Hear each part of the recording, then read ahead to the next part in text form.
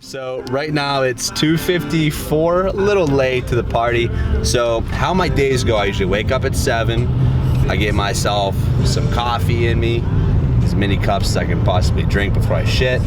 And I shit. And after that, I start my day, usually about 8 o'clock, 8:30, hang out with the family. So my days are kind of backwards. My girlfriend works at she's a hairstylist, so she works like 12 to 9, usually 3 or 4 days a week. So in the mornings, we spend time together, spend time with my little man crew. And then after that, I head to the gym, usually get to the gym around 9:30, 10 o'clock, and then work until 2:30. Usually eat lunch, usually Chipotle, or I might bring lunch in, but most of the time it's usually Chipotle around 11:30, noon. Filming content in the morning, answering emails, doing different things like that. After that, I drive home about 2:30, it's about 15, 20 minutes to get home. Good disconnect, just because here's the deal, the gym is my business, and the gym is also where I train. And I have to separate the two. If I just stay there all day long and transition straight from business into training, I'm fucking constantly going back, checking emails, trying to stay up to date. It just doesn't work for me. So what I gotta do is drive home, jam out to some music, relax, get home, give myself a nice nutritious meal in me, good pre-workout meal, take my pre-workout, drink it on the way back to the gym, get to the gym. I'm not thinking about business at all. All I'm thinking about is I just walked into the gym. It's not even my gym. I'm just there to train. That's how I get myself out of the zone from being a business owner to the gym. So that's why I go home every single day from 2:30. I get back to the gym around 4:30. Get a little disconnect. And after that, I train to about 6:37. Then usually I train. I might have a client or two to train. And then after that, I maybe have a meeting with the gym managers at the gym, or maybe my content team or my INDYFitness.net team. Like tonight, we have a meeting. Everybody has a meeting. We have one big meeting tonight. And we're gonna be going over some future planning, events, IVB, so Barbell.net. We're about to launch that site. You guys stay tuned to that. We have an event coming up June 17th, like a Beats and Barbells event. We're gonna have a cookout, big tent, cook food, lift weights, and then after, drink beer, or maybe even drink beer during. I don't know, it depends on how I can get the waiver signed out, right? If I get the waiver to match it, if I can get the insurance to cover it, drink beer during.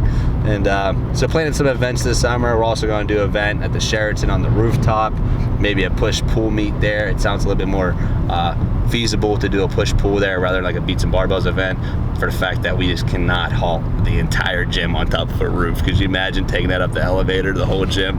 Just wouldn't work. But we would be able to do a push-pull event because we only need a couple bars, 2 or 3 deadlift bars.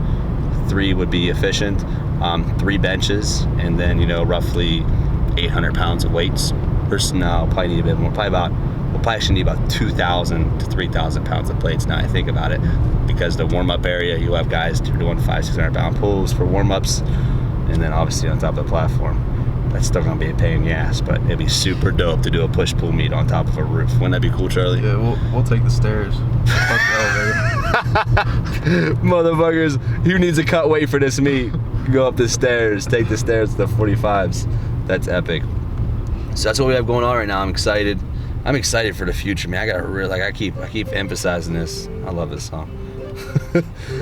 I keep Baile Becker, Sam Hunt, I love it. I keep emphasizing how good my team is right now, man. The guys are just crushing it across the board. They're coming to me. Like when I have interns, all my interns are no one's paid.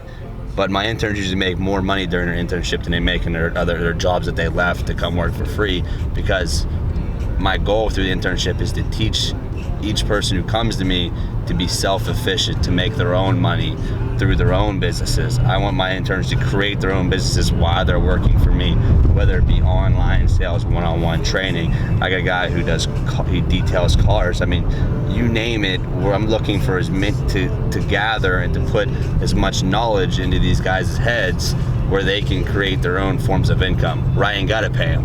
Does that make sense? I'm not trying to, here's the deal, I want everyone around me to be millionaires, and here's the deal, I'm just not gonna pay nobody for the services that I need for me.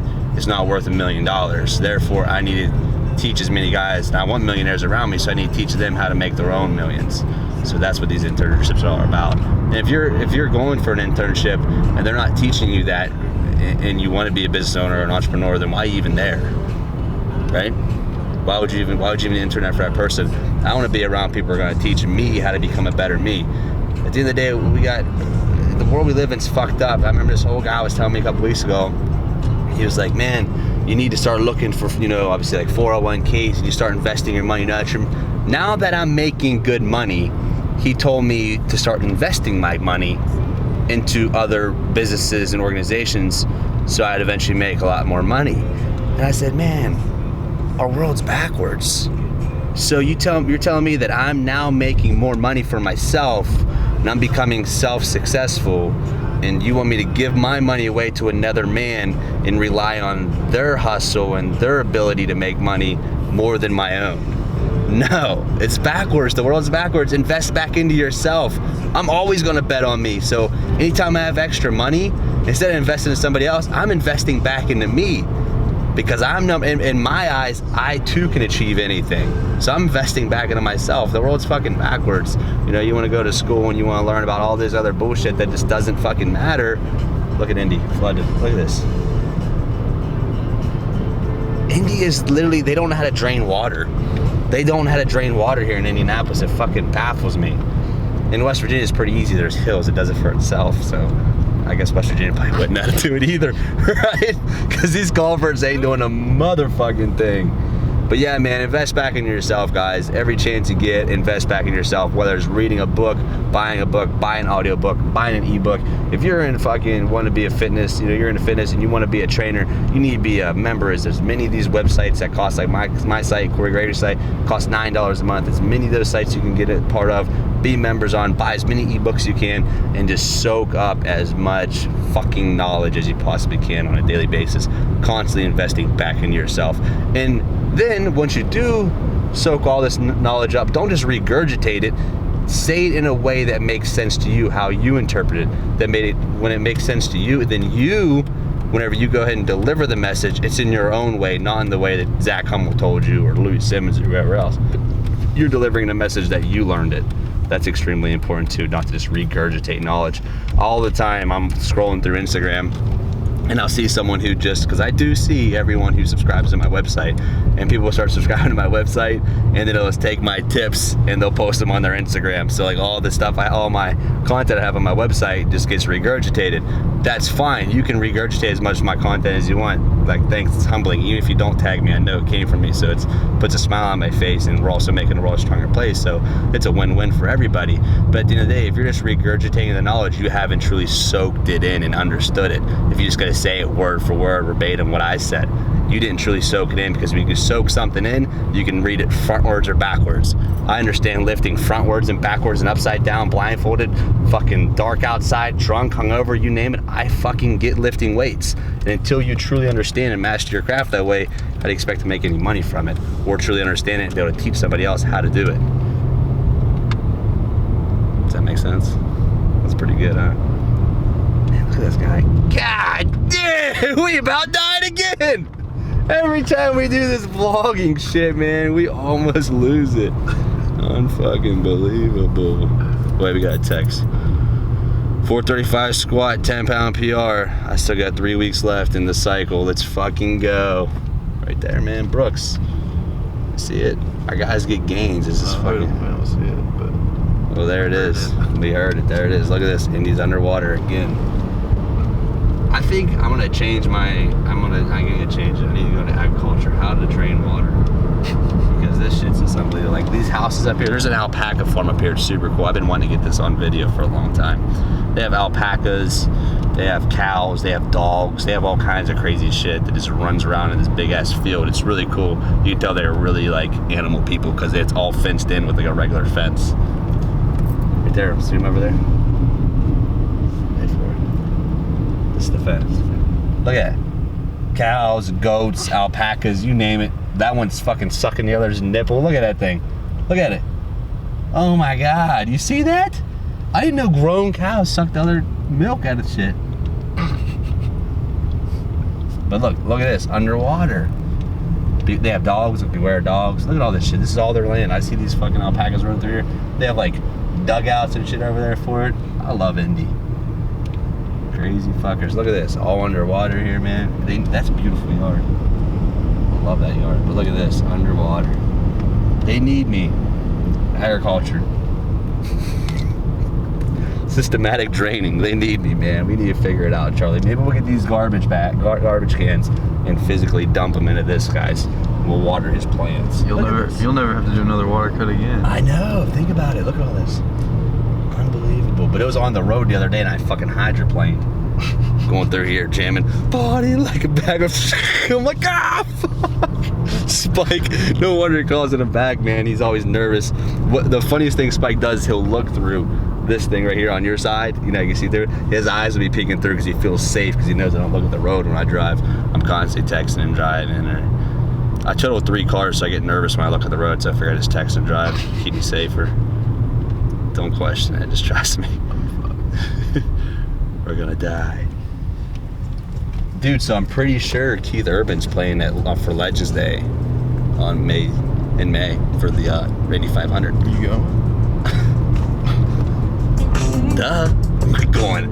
Dude, the Indy 500 weekend, guys, is my fucking weekend. I totally let go. Friday, Saturday, Sunday, RIP. I still train. I don't do much. I do some dips on my counter. I get a nice pump, some core work.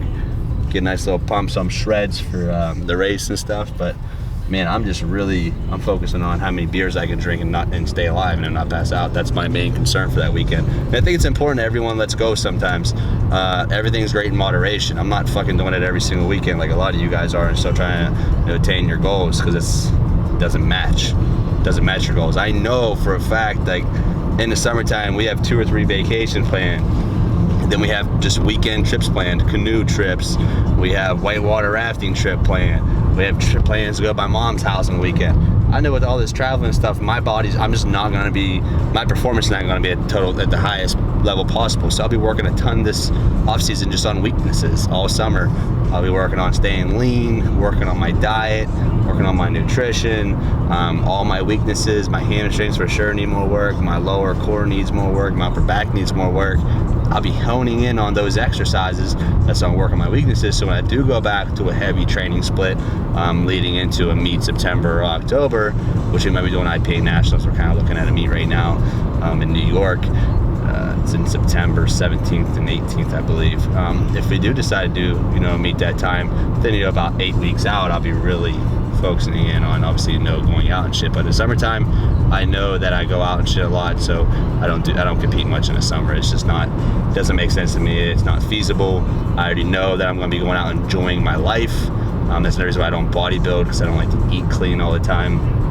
I learned that a long time ago. I was like, man, I'm not going to be a bodybuilder because I truly just don't have, I guess, quote unquote, what it takes to fucking eat clean 24/7. I like to go out, I like to go out for dinners, I like to get breakfast. Those are just things I truly enjoy doing more than being totally peeled. And the fact that I know that I enjoy donuts, ice cream, breakfast, nasty breakfast like fucking eggs and hash browns and bacon, like I enjoy that almost every day. I know I'm not gonna be the most peeled guy in the world. Well, that doesn't mean I still can't be the most strong guy in the world though, so that's why I chose powerlifting from a very young age. But that's what I got. That's also why I don't compete though in the summertime, for the simple fact that I'm obviously going to be going out a bunch and drinking a bunch. Concert season, man. Concerts, Kenny Chesney, all the country concerts. Charlie, you fucking pumped, dude. I'm amped. I can't wait. But yeah, guys, so we got it's a little bit about me though. So I don't really talk much about this on usually I'm always throwing crazy motivation and 24/7 work, working and shit, which is all relevant. I do that. That's still stuff I do. Even when I am going about, this summer, I'll still be fucking grinding my face off every single day and almost every single weekend. And my goals are still there. I still know what I have to do to achieve the overall lifts I want to achieve. I know the weaknesses I have to work on, and I'll be doing all that, and I'll be applying the right actions, but I will be enjoying myself also. It's a big ass bird. That's what we got, guys. About to pull in right now.